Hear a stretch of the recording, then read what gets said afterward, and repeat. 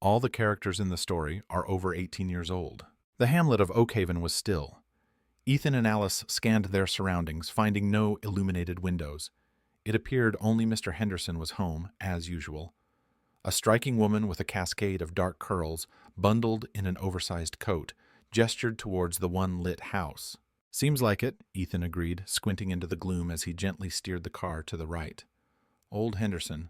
Alice rapped on the weathered wooden door. A tall, bearded man in his 60s answered. "Well, hello, Alice. Just passing through?" "Yes, and you? How long are you staying here?" "Off to Burnham tomorrow. Mind if I pop by later? I've got extra provisions, eggs, tinned goods. Wouldn't want them to go to waste. Who knows how long this will all last? Actually, I came to invite you to dinner." "Lovely. I'll be over shortly." The log cabin was bathed in a warm glow. Ethan had started a fire in the hearth and switched on the underfloor heating. "It'll be toasty in here soon," he said. "I rang David. He's on his way, but he's leaving tomorrow too." Alice began organizing the supplies, boxes of tinned food, meat, and pasta. "Where's he headed?" "Burnham," Ethan confirmed. "Didn't say why." "Good. It'll be peaceful here, though someone else might show up. You never know." The cabin grew warmer. Alice shed her coat, remaining in her ski trousers and jumper. Ethan tossed another log onto the fire and also removed his coat. Soon, David arrived, placing a wicker basket of eggs and a box of canned goods on the living room table. "Figured you'd bake your own bread, so I brought some flour," David said, producing a bag from the box. "Thanks, David. You're a lifesaver." "And one more thing." David retrieved a bottle of vodka from his jacket pocket. "To make tonight a celebration." Ethan's eyes lit up at the sight of the alcohol. Time flew by as the neighbors chatted. Around 10 o'clock, Alice and her son explained that they had come to Oakhaven to wait out the quarantine, but David had to return to Burnham to meet his children. The vodka bottle was empty. The neighbors sat around the table, faces flushed, discussing everyday matters. "I was fishing in the West Lake today, so tomorrow, Ethan, give it a try." "Always something biting there," David suggested. "Thanks, David. Will do." "How about we fire up the sauna? I cut a hole in the ice earlier, just for the occasion." "I'm in," Alice agreed enthusiastically. "Ethan, where's that beer of ours?" "Turns out we have more supplies," David exclaimed, delighted. "Indeed," Ethan replied, retrieving a six-pack of dark, strong beer from the cupboard. "Right then, let's get this show on the road." The bearded man rubbed his hands together. "I'll get the sauna going. I'll shout when it's ready." "Great," Alice said, beginning to clear the table. Once everything was tidy, she retrieved bathrobes for herself and her son, along with 2 pairs of slippers. Then, she started to remove her jumper and ski trousers. Ethan was startled by his mother's casualness in front of him. "What are you looking at?" Alice asked, noticing her son's surprise. "Did you think I'd steam in a ski suit?" She laughed. "It's just, we've never done the sauna together before. That's why you're bashful. You have your city ways, we have ours. Here, things are simple. It's a strange situation, and if that's how it is, then so be it." Alice neatly folded her clothes and put on a warm robe and slippers. Ethan, still slightly embarrassed, placed his clothes on the bed. "Turn around," his mother instructed firmly. Ethan obeyed. "Now we're even. You saw me, I saw you.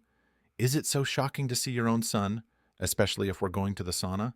Ethan straightened up, and Alice took in his well-built physique, his broad shoulders and strong arms and legs. The door suddenly swung open, and Mr. Henderson bustled in. "You lot ready? What are you waiting for? Let's go." The three, clad in bathrobes, walked along the boardwalk to the sauna situated beside the large ice hole Mr. Henderson had cut earlier. Alice and David entered the steam room. "Blast, I forgot." Ethan smacked his forehead. "I'll get the beers." "Of course, Ethan. Run along. It's like a sauna entry ticket." "Can't go in without beer," David chuckled. Ethan made his way back to the house in the pitch black, feeling the bite of the icy wind. Minutes later, he returned to the sauna, leaving his robe in the changing room, and stepped inside. Alice and David were laughing uproariously. Ethan handed a beer to his mother and another to Mr. Henderson. Mr. Henderson, his beard glistening with perspiration, kept the jokes and stories flowing. Sweat streamed down his face. "All right, folks," Mr. Henderson announced, rising. "Time for a cool down." He descended the wooden steps into the frigid water, followed by Alice, then Ethan. Billions of icy needles pricked their skin, yet the plunge was invigorating. Ethan, feet planted on the sandy bottom, watched as his mother, submerged up to her neck, began to climb back onto the boardwalk. David offered her a hand and then playfully pushed her. Alice, Ethan's mother, was an attractive woman with a small, barely noticeable tummy. The trio returned to the sauna bench to finish their beers, the lively conversation resuming. Ethan tried to ignore the odd flirtation, but jealousy simmered within him, even though he knew confronting Mr. Henderson was pointless. His mother clearly held the reins. Alice was no pushover. She was enjoying the game. Ethan faded into the background as the pair continued their strange dance. Alice suddenly hopped off the bench, suggesting another dip before bed. Mr. Henderson, caught off guard, nevertheless followed her into the water. He grasped Alice's hands and hauled her up the steps while she feigned helplessness, laughing merrily. They returned to the sauna briefly to warm up, donned their robes, and headed back towards the house. At the path's fork, Alice bid Mr. Henderson good night, then grabbed Ethan's hand and pulled him towards their cabin. She laughed like a teenager, shutting the door firmly behind them. "Ethan, did you see what he was doing while we were fetching the beer? He started making all sorts of suggestions, and I told him he didn't have a chance, but he just kept playing along." "I saw it all," Ethan chuckled. "Thanks for not interfering. I handled it." Alice moved towards the fireplace, its glow filling the room. "So warm," she sighed contentedly. "Anything left to drink?" "I'll check. Just don't switch the light on. Let him think we went straight to bed. Otherwise, that old goat will find an excuse to come back." Ethan located 2 beers in the cupboard. "Here." He handed one to his mother, who stood before the fireplace. "Are you getting dressed?" "Nah, I want my skin to breathe and warm up. Or should I?" "Actually, I'll stay like this," Ethan laughed, taking a long swig of beer in solidarity with his mother. "Exactly. Solidarity. This is nice, dark, warm, quiet. No news bombarding us from all sides," Alice said softly, as if someone might overhear. Ethan noticed the light reflecting on the wall vanish.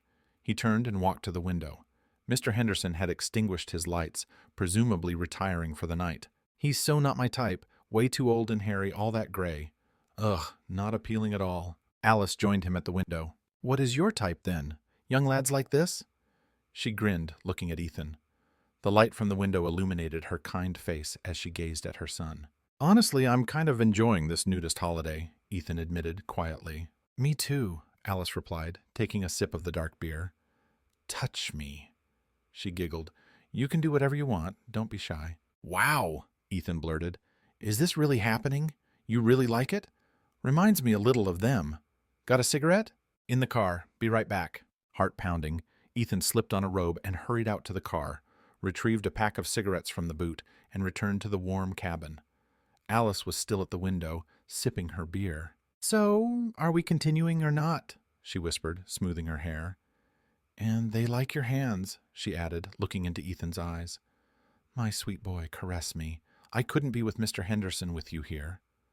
"That wouldn't be right. Really, it's your decision. You're a grown man now. I don't know what you want." Alice took Ethan's hand and led him to the fireplace. "This is how I like it," she murmured. "Ethan, shh, it's okay," Alice whispered soothingly. Alice lay down beside her son. They made love. Afterwards, Alice looked out the window and watched an old Toyota pull away from the neighboring cabin. "Rise and shine, sleepyhead." Alice pulled the blanket off him. Ethan stretched and lay on his back. "You're beautiful, but it's time to chop some wood, and you promise me that big fish." Ethan smiled and went to wash his face. Alice and Ethan spent the short winter daylight busy with chores. Ethan chopped firewood and went fishing, catching a large trout, which Alice promised to cook for dinner. Lunch was instant noodles, coffee, and biscuits, but dinner was going to be special. Alice cleaned the house, dusted, washed the dishes, and aired the bedding.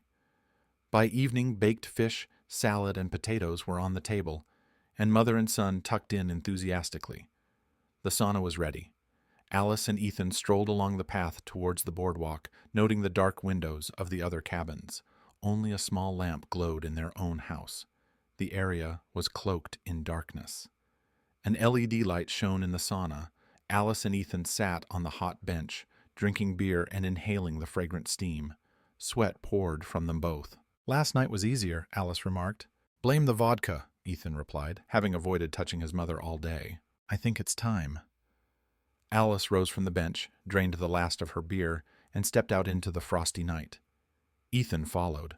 After their icy plunge, Ethan offered his mother his hand, and she placed her foot on the steps.